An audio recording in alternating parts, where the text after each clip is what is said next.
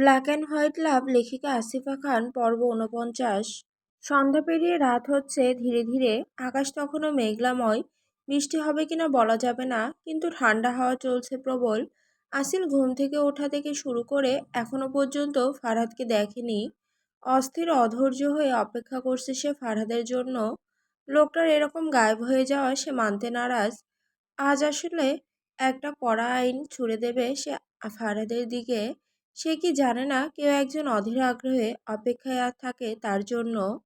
ফারিয়া আর রেজওয়ান সকালে ব্যাক করেছে তাদের বাড়িতে। ফারহাদের সাথে দেখা না হওয়ায় ফারিয়া অনেক কষ্ট পেয়েছে। রেজওয়ান নিজেকে তো সামলে রেখেছে, কারণ সে ভেঙে পড়লে ফারিয়াও ভেঙে পড়বে। নানু সারাদিন রুমে ছিল, এমনিও তার শরীর ভালো নয়। ড্রয়িং রুমের সোফায় বসে আসিল অপেক্ষা করছে, ফোনের ওপর ফোন করছে, কিন্তু ফারহাদ ফোন রিসিভ করছে না। ভীষণ চিন্তা হচ্ছে। হঠাৎ নিস্তব্ধ পরিবেশে আসিলের ফোন বেজে উঠতে আসিল চমকে উঠল। ভাবনার জগতে এতটাই হারিয়ে গিয়েছিল যে কোনো দিকের খেয়াল ছিল না তার। ফোনের স্ক্রিনে ডেভিল নাম ভেসে উঠতেই আসিল ভ্রু কুঁচকে ফেলল। মনে মনে সাজিয়ে নিল কড়া কিছু শব্দ। মুহূর্তেই ফোন রিসিভ করে কানে দিয়ে কিছু বলতে যাবে, তার আগে ওপাশ থেকে বেরিয়ে এলো এক মেয়ের কণ্ঠ। ওপাশ থেকে কি যেন বলল। ক্ষণেই বদলে গেল আসিলের চেহারার রং। ভারী নিঃশ্বাস নিতে আরম্ভ করলো, হাত কাঁপছে আসিলের, গলা শুকিয়ে এলো, সবকিছু কেমন ঝাপসা লাগছে চোখের সামনে। এত কিছুর পরেও নিজেকে ঠিক রাখতে বাধ্য আসিল। চোখ বন্ধ করে উচ্চারণ করলো, আসছি। তৎক্ষণাৎ পেছন থেকে শোনা গেল নানুর অসুস্থ কণ্ঠ। মূলত আসিলের ফোনের শব্দে তিনি বেরিয়ে এসেছে রুম থেকে। কি হয়েছে পরি? ফারহাদ এখনো আসেনি। আসিল তাকালো নানুর দিকে, চোখ ভর্তি পানি, স্তব্ধ চাহনি। না যাইতো ভাঙা কণ্ঠে বলল, ওনার অ্যাক্সিডেন্ট হয়েছে নানু, প্রাইভেট হসপিটালে ভর্তি উনি। নানু নিজেকে সামলে রাখতে পারল না, পাশের টেবিলে চেপে ধরলেন তিনি। অস্পষ্ট স্বরে বেরিয়ে এলো, না। হসপিটালের করিডোরে দাঁড়িয়ে আছে রেজওয়ান আয়ান। দুজনের মুখশ্রীতে গম্ভীর ভাব স্পষ্ট।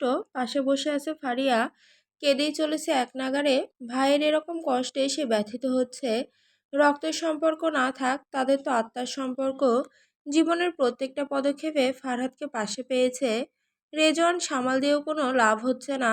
আয়েশা ফারিয়ার মাথায় হাত বুলিয়ে দিচ্ছে, মাঝে মাঝে কান্নার চোটে হিচকি দিচ্ছে মেয়েটা। দাদাইয়ের এই অবস্থায় সে কিছুতেই মানতে রাজি নয়। নানুর জেদে তিনিও হসপিটালে এসেছে নাতির টানে। তাকে একটা খালি কেবিনে ঘুমের ইঞ্জেকশন দিয়ে ঘুম পাড়িয়ে রাখা হয়েছে, কারণ ফারহাদের অবস্থার কথা শুনে তিনি রীতিমতো বিকারগ্রস্ত হয়ে পড়েছিলেন। এদিকে আসিল, সে কিছুই বলছে না, কাঁদছে না, একদৃষ্টিতে মেঝের দিকে তাকিয়ে আছে, যেন সেই দুনিয়াতেই নেই, চলে গেছে অন্য এক জগতে। ফারিয়ার বিলাপ কান্নায়ও তার চোখের পানির বিন্দু সৃষ্টি করছে না। এমন ভাব যেন সে পণ নিয়েছে না কাদার। কঠিন আর গম্ভীর চেহারা, কিন্তু তাতেও এক নিরাধার ভাব। মাঝে মাঝে চোখ তুলে অপারেশন থিয়েটারের বাতির দিকে তাকাচ্ছে। আলো এখনো জ্বলছে। প্রায় ১.৫ ঘন্টা পর সেই কঙ্কিত বাতি নিভেছে। হাত থেকে গ্লাভ খুলতে খুলতে বেরিয়ে এলো ডাক্তার। আসিল দ্রুত পায়ে হেঁটে ডক্টরের কাছে গিয়ে খুবই শান্ত গলায় জিজ্ঞাসা করলো, কি অবস্থা ডক্টর? আসিলকে চিনতে তার খুব একটা অসুবিধা হলো না। এই রমণীটি ফারহাদ আহমেদ খানের ওয়াইফ। কিন্তু ডক্টর একটু আশ্চর্য হলো, মেয়েটির ধৈর্য শক্তি প্রখর। না হলে স্বামীর ওরকম মারাত্মক সিচুয়েশনের কথা শোনার পর নিজেকে সামলে রাখা বড়ই অসম্ভব ব্যাপার। ডক্টর আসিলের দিকে তাকিয়ে আশ্বাস কণ্ঠে বলে, we try our best, but মাথায় আঘাতটা একটু বেশি গভীর, রক্তক্ষরণ হয়েছে অনেক। ৪৮ ঘন্টার মধ্যে যদি জ্ঞান না ফেরে তাহলে তাহলে ফারহাদ কোমাতে চলে যেতে পারে। বা দীর্ঘশ্বাস ফেলে বলে, এভরিথিং উইল বি অলরাইট। চলে যায় ডক্টর। আসিলের জন্য নিঃশ্বাস নিতে কষ্ট হচ্ছে। পড়ে যেতে নিলে আয়ান তাকে ধরে ফেলে, বোনকে জড়িয়ে ধরে আয়ান। সেও ডক্টরের কথা শুনেছে। আসিল ভাইয়ের আশ্রয় পেয়ে আহ্লাদে হয়ে ওঠে। এতক্ষণ কঠিন প্রমাণ করা আসিল এবার ডুকরে কেঁদে ওঠে। মনে হচ্ছে কেউ তার আত্মাকে টেনে নিয়ে যাওয়ার চেষ্টা চালাচ্ছে। নিথর হয়ে আসছে শরীরটা। চোখের সামনে ভেসে উঠছে ফারহাদের শ্যামসুন্দর মুখশ্রী। লোকটার কিছু হয়ে গেলে সে কিভাবে থাকবে, কথাটি ভাবতেই আসিলের নিঃশ্বাস আটকে আসতে। আসিল যেন দিশেহারা। নিজেকে কেমন অপূর্ণ লাগছে। নিজের অস্তিত্ব আছে ওই মানুষটার মধ্যে। মনে মনে একটাই দোয়া, ফারহাদ যেন সুস্থ হয়ে তার কাছে ফিরে আসে। সে অপেক্ষায় আছে। ফ্ল্যাশব্যাক। আকাশের দিকে মুখ তুলে দাঁড়িয়ে থাকা শাল গাছে পরিপূর্ণ জঙ্গলের মধ্য দিয়ে হেঁটে চলেছে ফারাদ। তার পা দুটি যেন এক অজানা অচেনা টানের পিছনে এগিয়ে যাচ্ছে। সে কেন যাচ্ছে, কিসের জন্য যাচ্ছে সে জানে না। চারিদিকে নাম না জানা পাখিদের কিচিরমিচির শব্দ, শুকনো পাতাগুলি কাল রাতের বৃষ্টির ফলে লেপ্টে রয়েছে একে অপরের সাথে। এই মেঘ জমাট আকাশে হালকা সাদা আলো এসে পড়ছে শাল গাছের পাতা ভেদ করে। চোখে মুখে অদ্ভুত এক ক্লেশ। খয়েরি রঙের চোখ দুটো কেমন জানি হয়ে আছে। কি আছে ওই গভীর আঁখিতে? ঠান্ডা শীতল হাওয়া সিল্কি চুলগুলো এলোমেলো করে দিয়ে কপালে ফেলছে। হঠাৎ করে স্থির হয় সেই চলমান পা দুটো। গভীর নিঃশ্বাস ফেলে তাকায় সামনের দিকে। চোখে পড়ে সেই কাঠের ছোট্ট পরিত্যক্ত বাড়িটা, যার দিকে এতক্ষণ ধরে নিজেকে এগিয়ে নিয়ে যাচ্ছিল ফারহাদ। তার বাবার প্রিয় এই জায়গা, এই নিরিবিলি পরিবেশে সময় কাটাতেন প্রায়। বাবা ছেড়ে যাওয়ার পর থেকে এই জায়গার বাড়িও ত্যাগ করেছে সে। কিন্তু আজ হঠাৎ করে মনে হলো এই জায়গাটা তাকে ডাকছে। এই পরিবেশটা আহ্বান জানাচ্ছে তার ঘ্রাণ নিতে। ফারহাদ শুকনো ঢোক গিলল, লম্বা প্রশ্বাস ছেড়ে পা বাড়ালো বাড়িটির দিকে। কিন্তু ঠিক সেই মুহূর্তে ভেসে এলো একজনের গলার স্বর। আমি জানতাম তুমি আসবে ফারহাদ। ফারহাদ মাথা তুলে তাকায়, সাথে সাথেই তার কপালে ভাঁজের সৃষ্টি হয়। কারণ বাড়িটির ভেতর থেকে বেরিয়ে এসেছে জাফর। ঠোঁটে তার চওড়া হাসি, এক তৃপ্তির হাসি। তার আশা যেন পূরণ হয়েছে। সে যেন জানতো ফারহাদ আসবেই। এই রক্তের টানে সে আসতে বাধ্য। ফারহাদ নির্বাক, সেই চতুর চালাক মাফিয়া মাস্টারমাইন্ড, ধাঁধায় পরিপূর্ণ। ফারহাদ আজ যেন নিজেই এক গোলক ধাঁধায় ফেসেছে। ফারহাদ অবাক হয় জাফরকে দেখে, অবাক হয় নিজের পদক্ষেপে। সে চায়নি জাফরের সম্মুখীন হতে। তাহলে কি সত্যি রক্তের টান? ফারহাদ জল শক্ত করে কঠিন কণ্ঠে বলে, আপনি এখানে? হ্যাঁ, আমি এখানে। তোমার জীবনের এক বড় আর নিষ্ঠুর সত্য তোমার সামনে।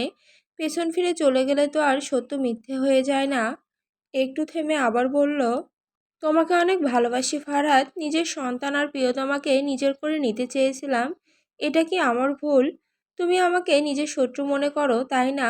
আচ্ছা, আজ তোমার ছেলে যদি অন্য কারোর কাছে থাকতো, তাকে কি তুমি নিজের কাছে নিতে চাইতে না? তুমি কি করতে ফারহাদ? নিজের সাথে আমার তুলনা করবে না জাফর ইকবাল। নিজের চাওয়া পাওয়ার জন্য নিষ্পাপ নিরপরাধ নির্যাতিত মানুষদের প্রাণ কখনো নেইনি আমি। ফারহাদ, তুমি ওটাই করতে যেটা আমি করেছি। তোমার খুনি হওয়ার পেছনেও কারণটা আমি। ওই যে রক্ত, আমার হিংস্রতা তোমার ধমনীতে বইছে। আর আমি যা করেছি তাতে আমার কোনো অনুশোচনা নেই। যা আছে তা শুধুই না পাওয়ার আফসোস, দুঃখ। কারণ যে কোনো বাবা নিজের সন্তানের জন্য ওটাই করতো যেটা আমি করেছি। আসিলের কথা চিন্তা করো, তাকে পাওয়ার জন্য তুমি কি না করেছো। ঠিক তেমনি আমি মান্নাতকে পাওয়ার জন্য করেছি, কিন্তু সে আমার হয়নি।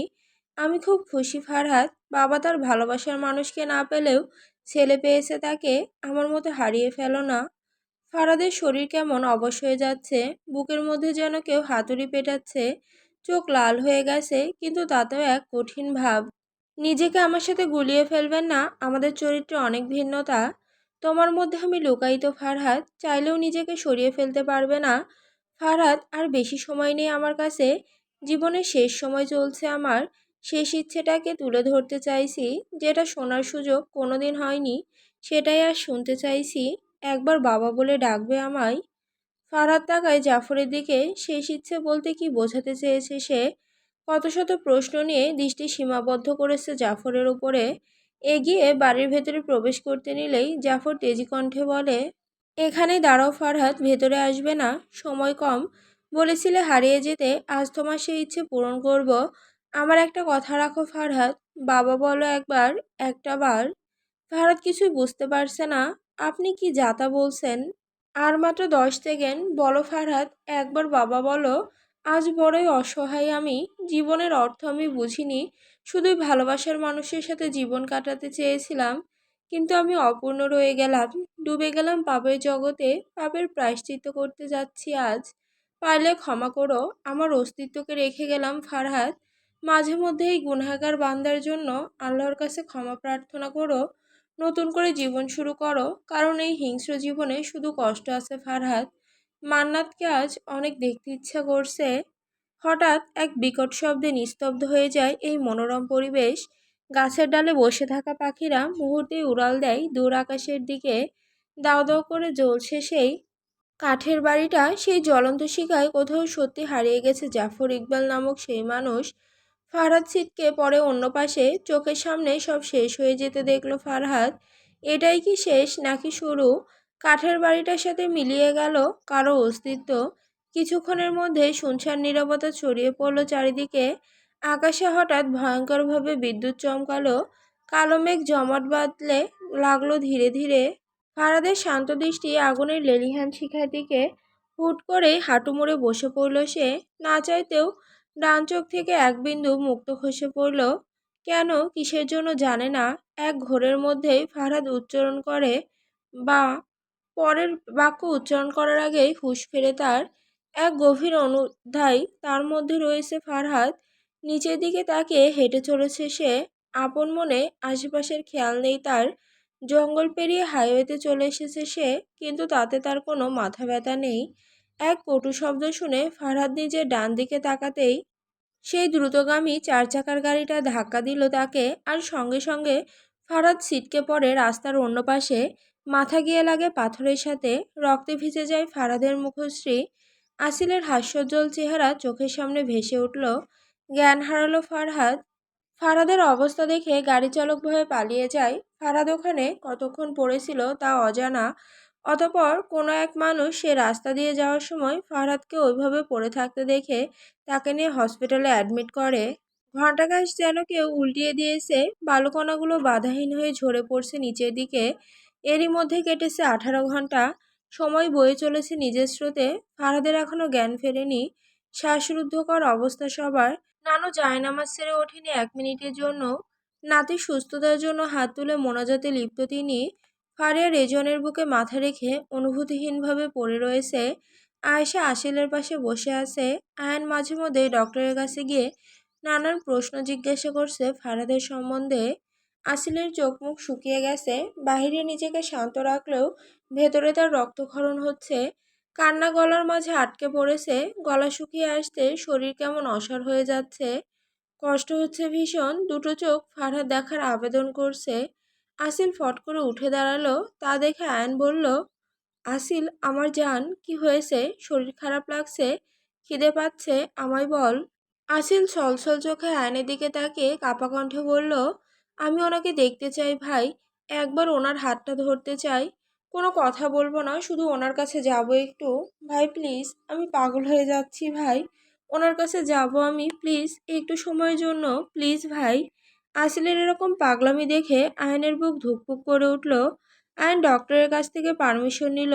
ডক্টররা প্রথম কঠিনভাবে না বললেও আয়নের অনেক রিকোয়েস্টে জোরাজুরি করতে তারা 5 মিনিট সময় দিল আসিলকে দেখা করার জন্য।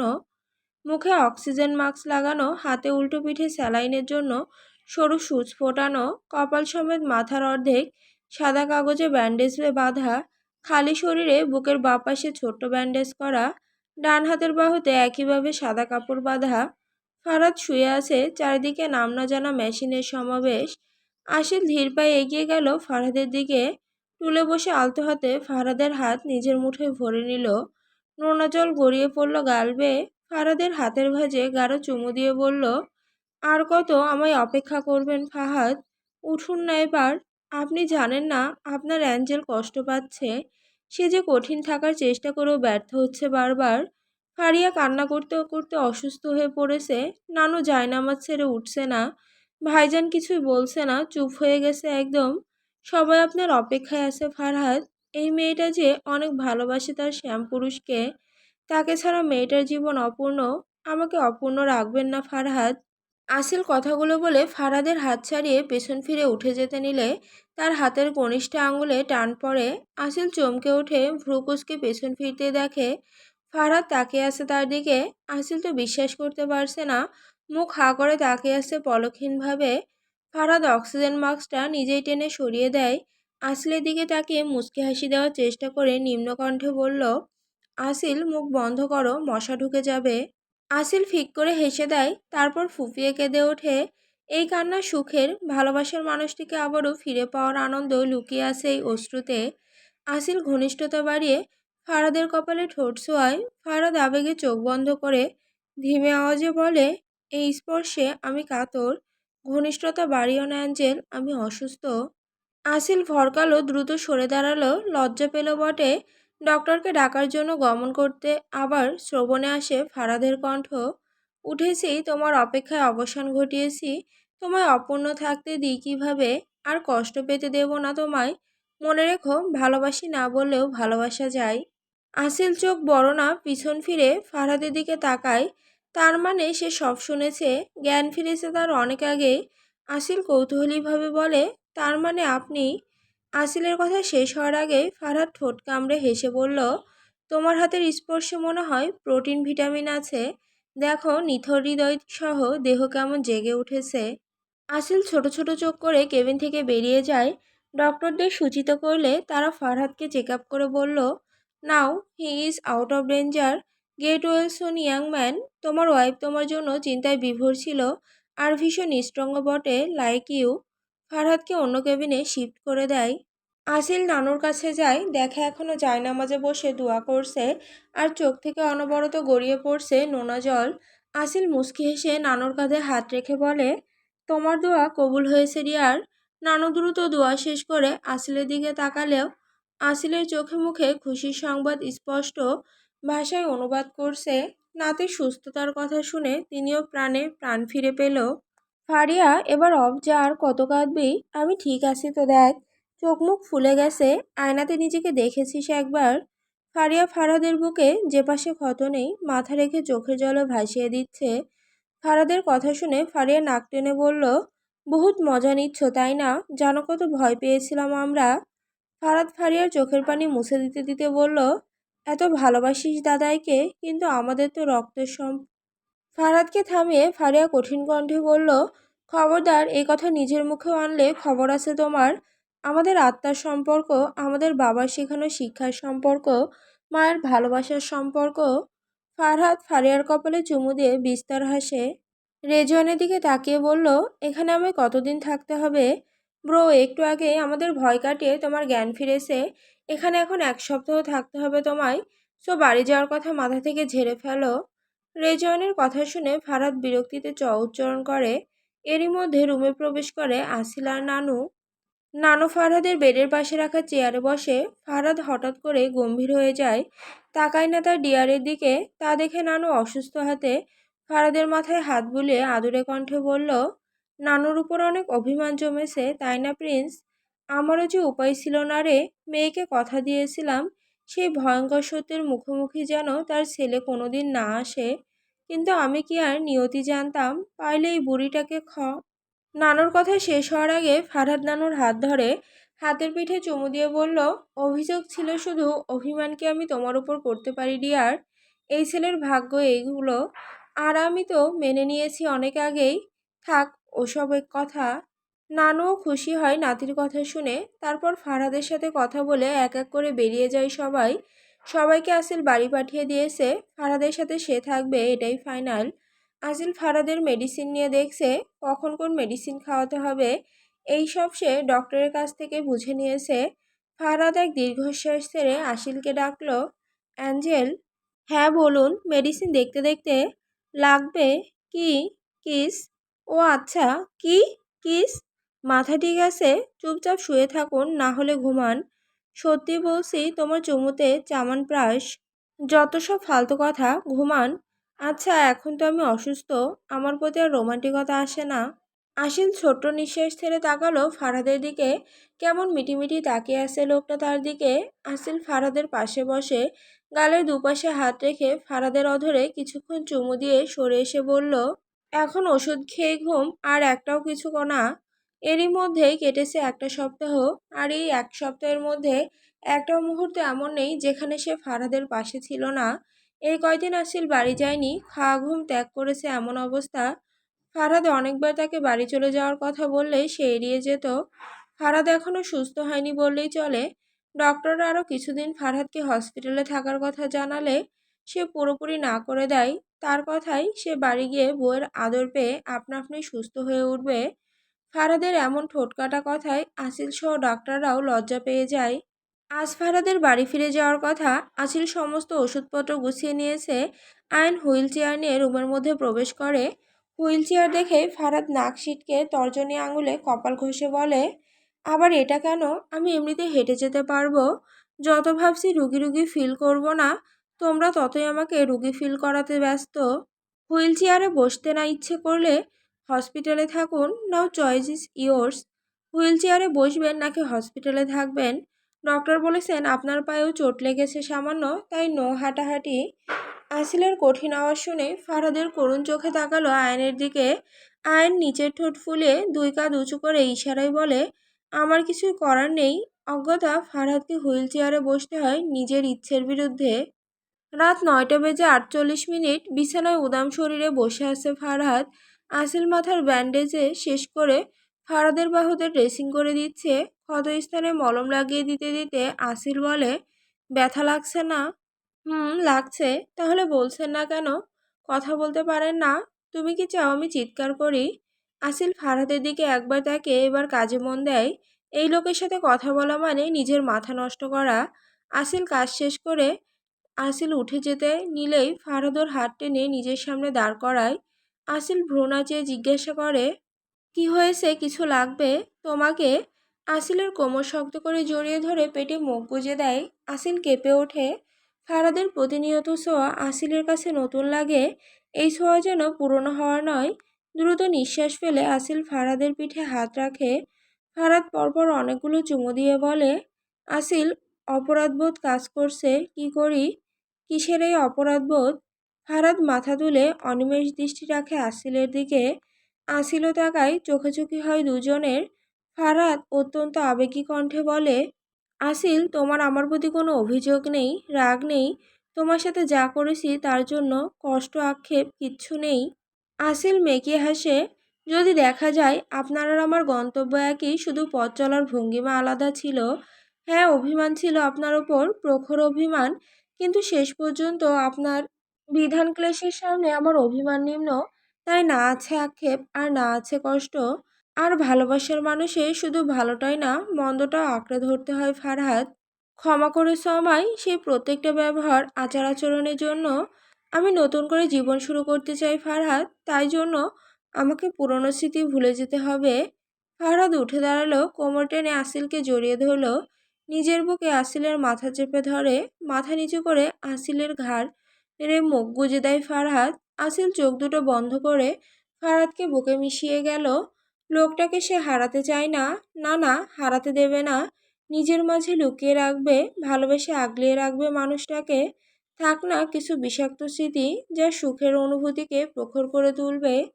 যেদিন দুজন একই গন্তব্যে গিয়ে পৌঁছাবে, সেদিন আমার বোনের ভালোবাসা দুই তরফা হবে। ফারাদের আজ আয়নের এই কথা মনে পড়ছে। ছেলেটার এক একটা বাক্য আজ সত্য প্রমাণিত হয়েছে।